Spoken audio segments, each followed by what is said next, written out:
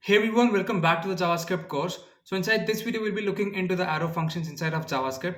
And if you find this interesting, let's get started right away. So in this video, we'll be exploring about the JavaScript arrow functions. Okay. So inside my VS Code, I've opened up my index.html file, my style.css file, as well as my script.js file. So there is some basic boilerplate code present inside my index file and some basic styling given to the style.css file and a basic console.log message inside my script file. Okay. So now let's start exploring about the arrow functions. So before that, let's dive into the functions that we used to write earlier. That is basically the normal random function. So this was done by making use of the function keyword and then writing the function name like this, and then executing the code whatever is present over here. Okay. So let's say we have two variables. Okay, we're gonna say var a equals to 10.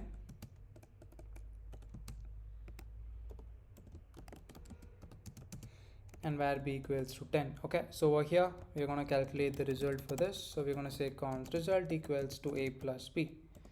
Okay, so let's console.log the result. So basically in this my function we are trying to calculate the sum of two numbers. Okay, so we're going to calculate the sum of two numbers as we can see, and we're going to call the function over here. Okay, so let's save the file. So this should give us 20 in the console. Okay, as you can see we are getting 20 in the console. So that's the way the normal function works. Okay, so next we'll be looking into the arrow functions. So arrow functions was introduced in the ES6 version, and it has shorter code syntax. So that's the reason we use that very often. Okay, so let us write over here. Let's make use of the same function.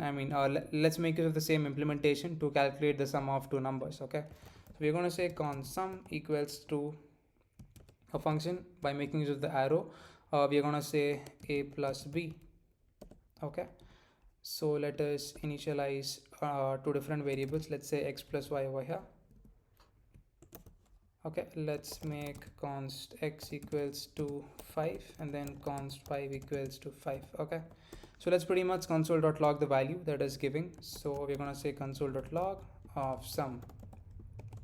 Okay, so this is the code for the arrow function. So if you can just check this code and this code, so this is easy, and the syntax and the code syntax looks good, really good, and it is very short also, and we can even understand the code, and it is easier to understand as well. So let's save the file. It should give us 10 in the console.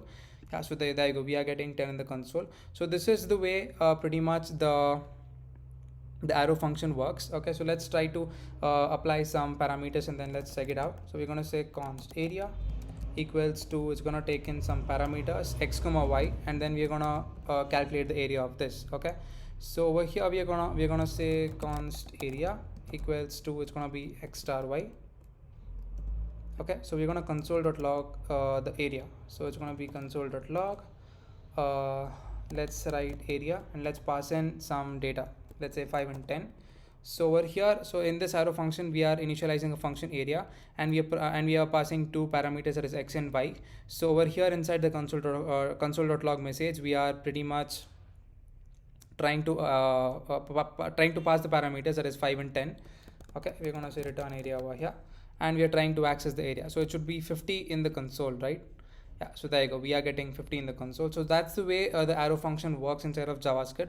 So by making use of the shorter code syntax, and it is easier to understand as well, we can use the arrow functions as usual and more often. Okay, so that's the way the arrow functions are used, and this is the way the normal function is used. Okay, so I think that's it about the basics of the arrow functions. Let's see in the next video, and then thank you for watching.